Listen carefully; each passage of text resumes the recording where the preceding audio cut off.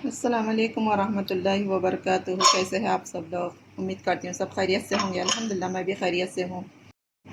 मैं आज आपके साथ आलू गोश्त की रेसिपी शेयर करने वाली हूँ। तो मैंने यहाँ कुकर चूल्हे पर रख लिया है। इसमें मैंने 100 ग्राम ऑयल डाल दिया है। अब हम इसको गर्म करेंगे। अब मैंने यहाँ 2 मीडियम साइज़ की प्याज ली है और इसको अच्छी तरह बारीक काट लिया है। अब हम इसको ऑयल में डाल देंगे। मैंने प्याज को तेल में डाल दिया है। अब हम इसको लाइट गोल्डन फ्राई कर लेंगे। अब हमारा यहाँ प्याज का कलर थोड़ा सा लाइट गोल्डन कलर हो चुका है। अब मैं इसमें टमाटर ऐड करूँगी। मैंने 2 मीडियम साइज़ के टमाटर लिए हैं, तकरीबन ये 200 ग्राम। हम इसको अच्छी तरह से चला लेंगे। अब हम इसमें 1 टेबल स्पून अदरक लहसुन का पेस्ट ऐड करेंगे। अब इसको हम चमचा चलाकर भून लेंगे। मैंने यहाँ टमाटर को थोड़ा सा भून लिया। अब हम इसमें मसाले ऐड करेंगे। मैंने यहाँ मसालों में लिया है 1 टीस्पून।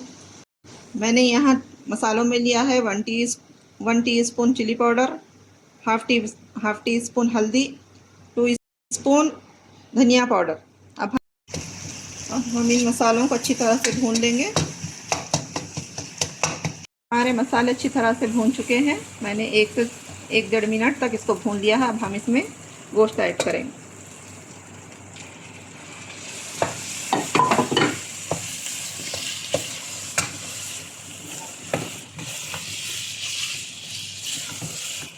मेरे पास कश्मीरी लाल मिर्च नहीं है, इसलिए आपको गोश्त का कलर रेड नहीं लग रहा है। अगर आपके पास है तो आप यूज़ कर सकते हैं। अब मैं इसमें इस कप से 1.5 कप पानी डालूंगी।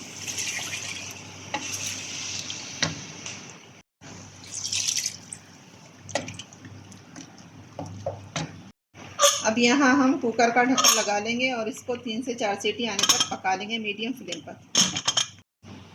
तो हमारा यहाँ गोश्त पकते हुए 15 से 20 मिनट हो चुके हैं और इसका पूरा प्रेशर निकल गया है। अब हम इसको खोल कर देखते हैं।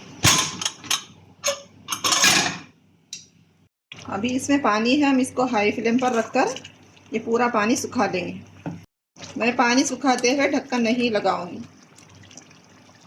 हमें बिना ढक्कन के ही पानी को सुखा लेना है हाई फ्लेम पर।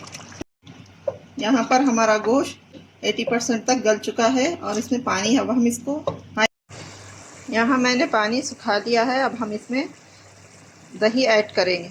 मैंने 2 टेबल स्पून दही लिया है। मैंने यहाँ दही को अच्छी तरह से भून लिया है। अब हम इसमें आलू डालेंगे। ये आलू 200 ग्राम से मैंने इस तरह से पीसेस बना लिए हैं। आप अपनी मर्ज़ी से बना ले सकते हैं, छोटे या बड़े पीसेस। अब मैं इसमें ऐड कर दूँगी।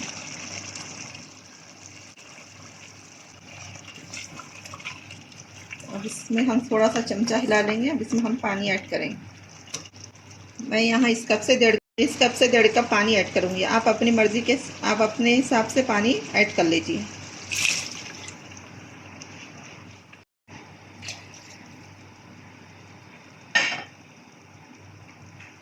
अब मैं यहाँ इसमें हाफ टी स्पून गरम मसाला ऐड करूँगी।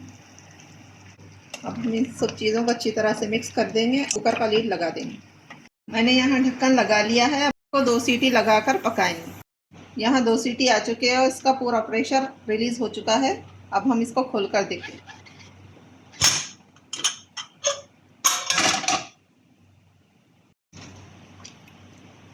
ये देखिए हमारे कितनी अच्छे तरह से आलू और गोश्त गल चुके हैं। मैं नमक डालना भूल गई थी। अभी मैं नमक ऐड करूँगी इसमें 1 से 1.5 टीस्पून। नमक आप अपने टेस्ट के हिसाब से ऐड करिए। नमक डालकर हम इसको थोड़ा हिला लेंगे। अब मैं इसमें कोतमीर ऐड करूँगी। यहाँ मुझको ग्रेवी थोड़ी गाढ़ी लग रही है, इसलिए मैं और थोड़ा पानी इसमें ऐड कर लूँगी। अब हम इसको 3 से 4 मिनट पका लेंगे और चूल्हा बंद कर देंगे। हमारा आलू गोश्त का सालन रेडी है। ये देखिए हमारा आलू और गोश्त का सालन रेडी हो चुका है। आप इसको पराठे या चपाती के साथ खा सकते हैं। चपाती या पराठे के साथ बहुत मज़ा आएगा खाने में। अगर मेरी रेसिपी आपको पसंद आती है तो मेरे चैनल को लाइक शेयर सब्सक्राइब करिए और मुझको दुआओं में याद रखिए। अल्लाह हाफ़िज़।